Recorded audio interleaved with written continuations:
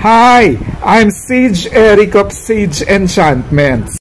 Muli ko kayong inaanyayahan para sa ating ritual ngayong January 19, Sunday, sa Jupiter or Sun Hour. Para ma-manifest natin ang mga hindi natin nakamit noong 2024 at makamtan natin ngayong 2025. Para sa masaya nating love life, maayos na career, successful na business, good health, at marami pang iba. If you are interested, please let me know. Salamat po. Ang Sage Enchantments ay inaanyayahan kayong muli para sa darating na ritual ngayong January 19, Sunday, sa Sun or Jupiter Hour. At muli nating balikan ang ating mga kagustuhan na hindi natupad nung nakaraang taon. Sa darating na linggo, muli nating pag-isipan kung ano-ano ang ating mga kahilingan sa ating mga ninuno at ating mga divinities na makakatulong para sa ating mga plano sa buhay. Muli nating pag-isipan kung ano-ano ang dapat nating i-prioritize ngayong buwan ng January para sa ating trabaho, business, kalusugan, pag-ibig at marami pang iba. Mga planong gustong simulan at matupad. Ang unang ritual ng Sage Enchantments ay ang Simple Prayer Ritual na kung saan ay tatawagin natin ang lahat ng mga divinities at ating mga ancestor sa simula ng pagkamatay ni Kristo. Sa paglapit ng ating mga ninuno, dito ay masasabi natin sa kanila kung ano ang ating mga kahilingan. Mailalahad natin ang ating mga problema upang sila'y makatulong sa ating tagumpay at mag-manifest ang lahat ng ating wishes para sa iyo, sa iyong pamilya o kanino man. Ang ikalawang ritual ng Sage Enchantments ay ang Back to Sender Ritual cum Blockbuster Ritual.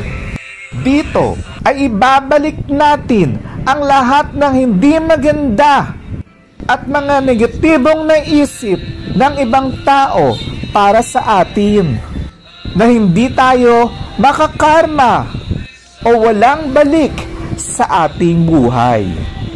Sa tulong ng Blockbuster Ritual ay lilinisin ito ang lahat ng negativity na ibinato sa atin at mga evil wishes na ginusto ng iba.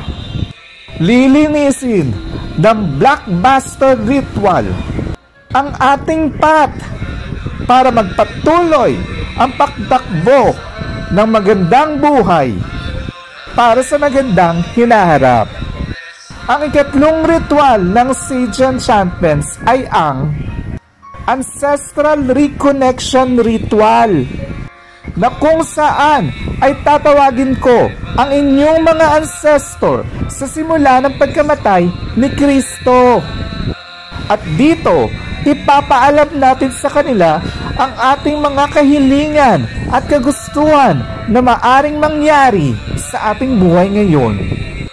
Pwede rin tayong magtanong sa kanila kung anong pasya ang gagawin natin para sa ating mga problema o sa mga dapat desisyonan sa ating mga plano sa pang-araw-araw o pang-kinabukasan man. I-guide tayo ng ating mga ancestors at muling sasamahan sa pagtahak ng ating magandang buhay at landas. Ang ika-apat na ritual ng Sage Enchantments ay ang Panela de Amor. Ito ang signature love ritual ng Sage Enchantments. Ang ritual ay mainam kung ang inyong relasyon ay nagkakaroon ng problema. Nanlalamig o nawalan na ng taglay na init sa isa't isa. Maaari din itong ipagbuklod ang pamilya na nagkakaroon ng hindi pagkakaintindihan at ibalik ang kanilang mabuting samahan. Pwede rin ito kung naghanap ka ng tao na magmamahal para sa iyo. Yung taong lubusan kang mamahalin at tatanggapin ka bilang isang kabiyak. If you are interested sa mga ritual ng Sage Enchantments, please let me know. Sapagkat limited slots lamang ang ritual natin nitong darating na linggo. Marami pong salamat!